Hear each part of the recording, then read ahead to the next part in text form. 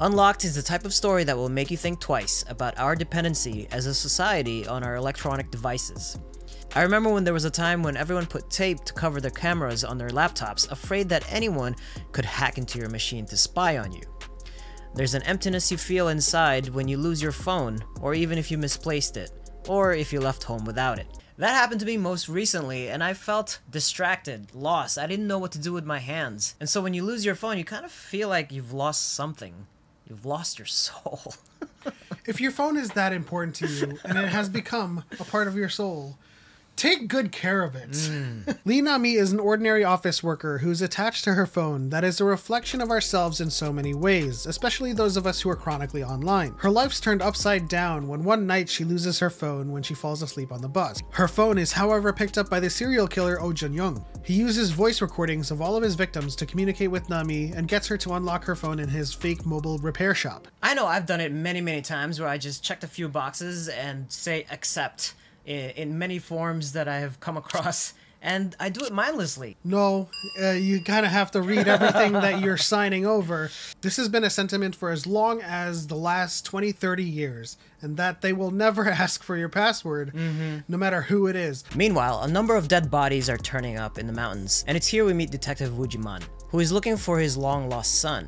There he finds clues that all point to his son, Woo Jun-young, as the possible perpetrator. With Jun-young now in control of Nami's phone, he develops a plan to isolate her from her friends and family. You see, Jun-young's history of murder has been cataloged through his collections of phones and have proceeded to use a similar method to lure his victims to their deaths. He's even using Detective Jiman's lost son's identity to communicate with his wife, to send him food and whatnot. Really scary if you think about it. Someone like this can easily assume multiple identities to get what they want. So a cat and mouse game ensues with the detective closing in on him multiple times, but somehow he escapes and is always one step ahead. But time is running out for Nami, as Jun-young launches his methods to ruin her life begins, frequenting her father's coffee shop and posing as a regular while giving off the creepiest of vibes. First, her professional life is ruined when she wakes up one day to find that she's been posting negative content regarding the products that she's been promoting. She's fired and abandoned by her boss. And then she's led to believe that her best friend might have betrayed her by posting those negative contents while she was sleeping. Jun-young kidnaps Nami's father and takes up residency in his home. Left with no friends and family, Nami is desperate to find the person that has turned her life upside down. Coming close to her breaking point, she throws her phone on the ground and suddenly realizes something. The phone repair shop. It's there that she runs into the detectives, where she finds out that the person who's been trying to help her all this time was the person responsible for everything she's been going through. Although she only thinks that he's some hacker, the detectives withhold the fact that Jun-young is a freaking serial killer. They team up in the hopes to catch him. But when Jun-young is cornered, they don't recognize him. The detective was expecting to see his son, so he gets away yet again. Moments later, Nami returns to her father's house, but gives him a note on how she'll contact them. This note is what ultimately saves her on what's to come.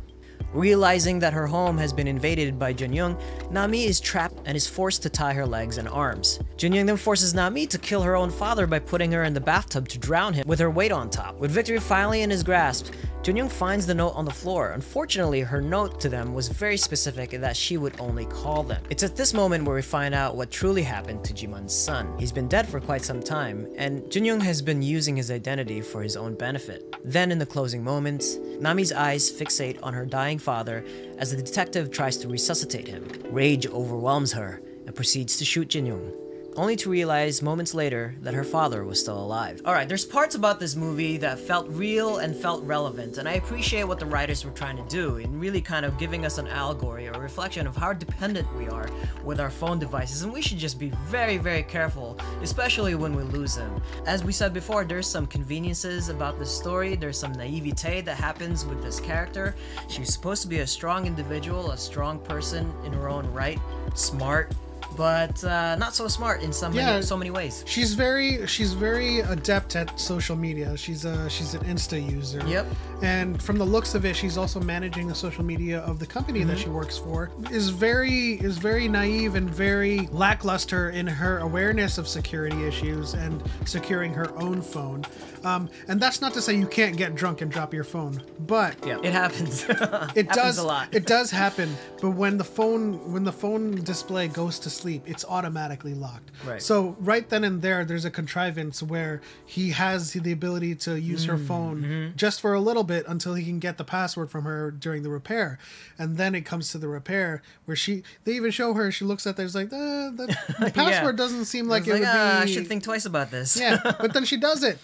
So definitely a lot of convenience, a lot of contrived plot points that are just there to move the plot forward. But all of the safety measures on phones these days are super, super secure. You know, they're just no regular Joe is going to just pick up a phone and be able to use it against you. Yeah. Ultimately, I did enjoy the movie because I just kind of threw common sense out the window. But then by the end, when you start to think about it, common sense comes back. And so I think the moral of the story is that if you ever lose your phone and someone finds it, offers to repair it for you because they broke the screen, I would probably use a little common sense and be a little suspect about that.